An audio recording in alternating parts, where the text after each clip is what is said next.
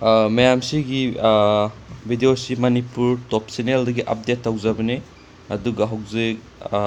vacancy ꯂꯥꯛꯑꯦ ꯃꯌꯥꯝ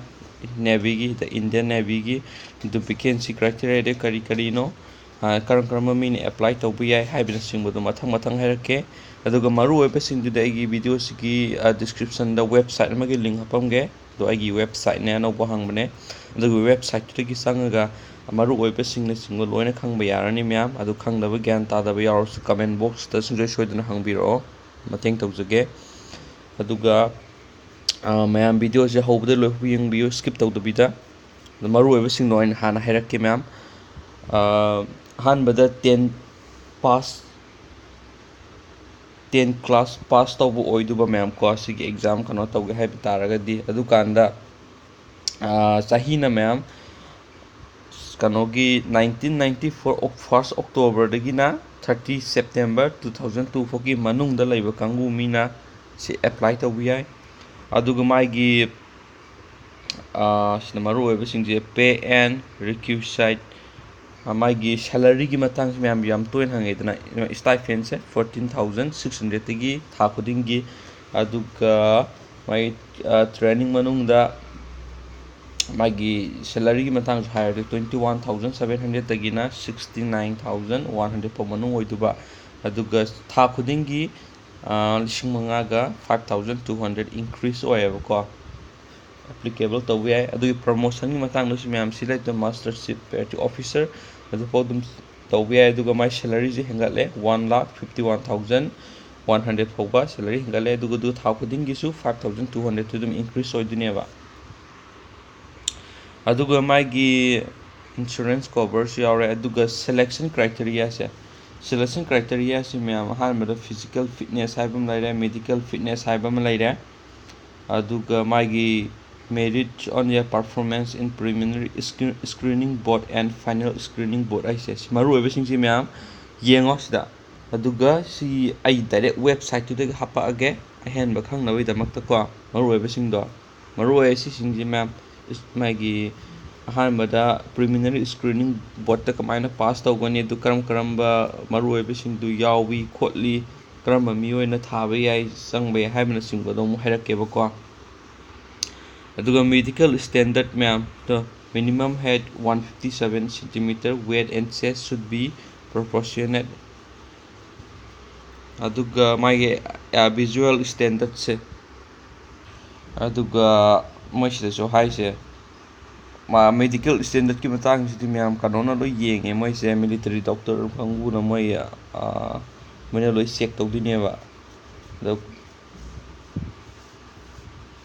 ꯃꯥꯏꯁꯤꯒꯤ physical ꯐꯤꯠꯅꯦꯁꯀꯤ ꯃꯇꯥꯡꯁꯨ ꯍꯥꯏꯁꯦ physical fitness test will consist of 1.6 kilometer run to be completed in 7 minutes and 20 square ups 10 push-up candidate undergoing PFT will do so as other armed risks ꯃꯣꯏ ꯂꯣꯏ ꯍꯥꯏꯁꯤꯡꯁꯦ ꯃꯔꯨꯑꯣꯏꯕꯁꯤꯡꯁꯦ ꯃꯌꯥꯝ ꯀꯣ ꯑꯩ direct ꯁꯤꯁꯤꯡ ꯄꯣꯏꯟꯠꯁꯤꯡꯁꯦ ꯃꯌꯥꯝ ꯂꯣꯏꯅꯃꯛ ꯂꯧꯊꯣꯛꯑꯒ ꯋꯦꯕꯁꯥꯏꯠꯇ ꯍꯥꯞꯄꯝꯃꯒꯦ ꯒ꯭ꯌꯥꯟ ꯇꯥꯅ ꯌꯦꯡꯕꯤꯔꯣ ꯑꯗꯨꯒ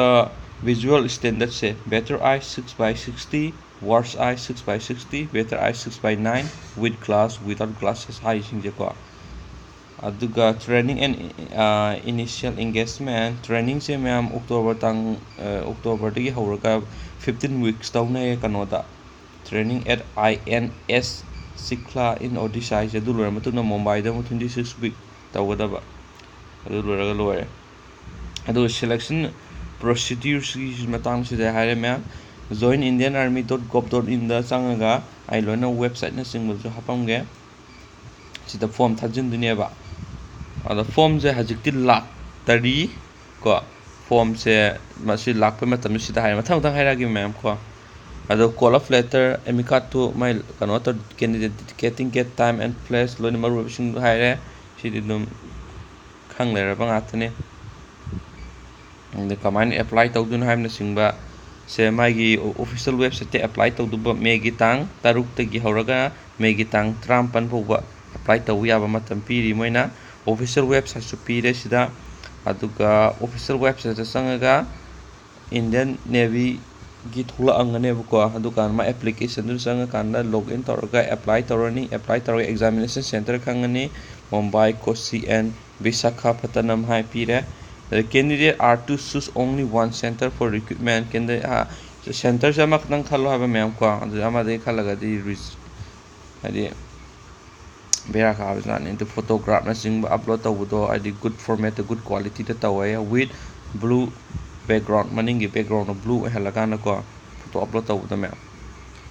adugi important that chingnabi reserve the right examine and validate the applicant number communication be enter on this account warning supire mayam sidato